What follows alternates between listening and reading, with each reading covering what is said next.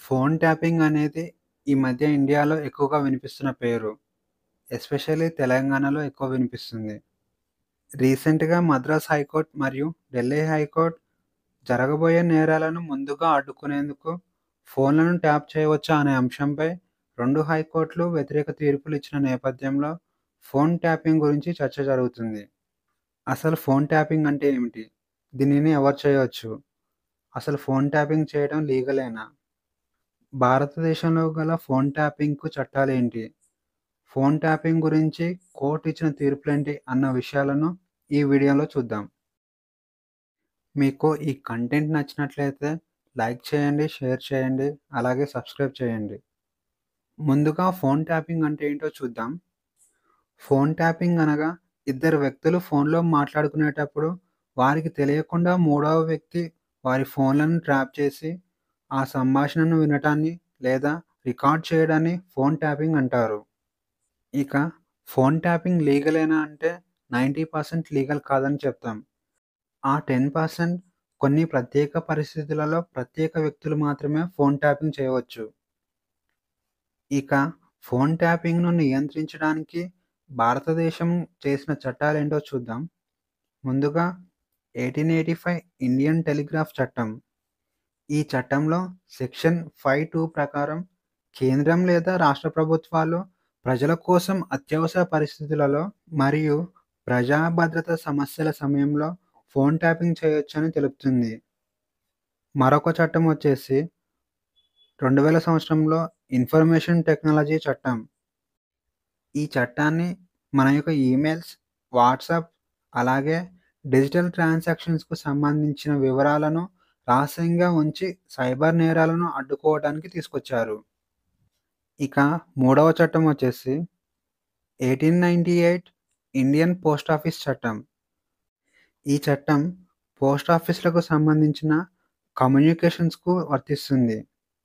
ఇక phone tapping చేయాల్సిన ప్రత్యేక పరిస్థితులలో ఫోన్ ట్యాపింగ్‌లోని అంశాలను గవర్నమెంట్ ప్రజలకి చెప్పకూడదు. ఎందుకంటే రాజ్యాంగం ప్రతి ఒక్కరికి ప్రైవసీ హక్కును కల్పించింది.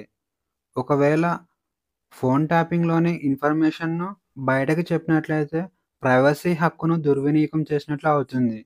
అందుకే ఫోన్ ట్యాపింగ్‌లోని అంశాలను గవర్నమెంట్ కాన్ఫిడెన్షియల్‌గా ఉంచుతుంది. ఇక ఫోన్ ట్యాపింగ్ ఎవరు చేయవచ్చు అన్న అంశాన్ని చూసుకుంటే 1997లో జరిగిన People's Union for Civil Liberties versus Union of India కేసులో సుప్రీంకోర్టు ఈ విధంగా తీర్పునిచ్చింది. కేంద్రం లేదా రాష్ట్ర హోం కార్యదర్శి మాత్రమే ఫోన్ ట్యాపింగ్ చేయడానికి పర్మిషన్ ఇవ్వగలరు. అతని పర్మిషన్ లేకుండా ఫోన్ ట్యాపింగ్ చేయకూడదు. అలాగే జాయింట్ సెక్రటరీ కంటే తక్కువ స్థాయిలో ఉన్న వారికి ఈ అధికారం అప్పగించకూడదు. ప్రతి ఫోన్ ట్యాపింగ్‌ను 2 నెలల్లోగా రివ్యూ కమిటీ రివ్యూలు చేయాల్సి ఉంటుంది. అయితే ఈ రివ్యూ కమిటీలో ఎవరుంటారు? కేంద్ర స్థాయిలో క్యాబినెట్ కార్యదర్శి, న్యాయ కార్యదర్శి మరియు టెలికాం కార్యదర్శి ఉంటారు. రాష్ట్ర స్థాయిలో ప్రధాన కార్యదర్శి, న్యాయ కార్యదర్శితో పాటు మరొక కార్యదర్శి ఉంటాడు. ఇక ఫోన్ ట్యాపింగ్‌కు సంబంధించి మద్రాస్, ఢిల్లీ హైకోర్టులు ఇచ్చిన వ్యతిరేక తీర్పులు, దానికి సంబంధించిన కేసు వివరాలేంటో చూద్దాం. ఫస్ట్ కేస్ వచ్చేసి 2018లో P. Kishore versus secretary to government. ప్రాజెక్ట్‌లోని ట్యాక్స్ కట్టాల్సిన డబ్బును కట్టకుండా దాచిపెట్టుకునేందుకు 50,00,000 లంచం ఇచ్చిన కేసిది. ఈ కేసులో మద్రాస్ హైకోర్టు ఫోన్ ట్యాపింగ్ చేయడం కరెక్ట్ కాదని తీర్పునిచ్చింది. ట్యాక్స్ కట్టకుండా డబ్బును దాచిపెట్టుకోవడం అనేది అత్యవసర పరిస్థితి కాదని, ఇది ప్రత్యేక పరిస్థితుల కిందకు రాదని తీర్పునిచ్చింది. ఈ కేసులో ఫోన్ ట్యాపింగ్ చేయడం అనేది ఆర్టికల్ 21లోని ప్రైవసీ హక్కును దుర్వినియోగం చేసినట్లే అని తీర్పునిచ్చింది. ఇక సెకండ్ కేస్ వచ్చేసి Akashdeep Chauhan versus CBI case 2020. ఈ కేసు వచ్చేసి 2,000 కోట్లకు పైగా విలువైన కాంట్రాక్ట్‌లో జరిగిన అవినీతిని అడ్డుకునేందుకు చేసిన ఫోన్ ట్యాపింగ్‌ను ఢిల్లీ హైకోర్టు సమర్థించింది. ఈ చిన్న ప్రాజెక్ట్‌కు సంబంధించినది కాదని, 2,000 కోట్ల ప్రాజెక్ట్‌లో జరిగిన అవినీతి అనేది ప్రజా సమస్యల అత్యవసర పరిస్థితి కిందకి వస్తుందని ఢిల్లీ హైకోర్టు తెలిపింది. ఒకే రకమైన కేసులో 2 హైకోర్టులు 2 విభిన్న తీర్పులిచ్చాయి. ఈ 2 తీర్పులలో ఏది న్యాయమైందని మీకనిపిస్తుంది? కామెంట్‌లో చెప్పండి.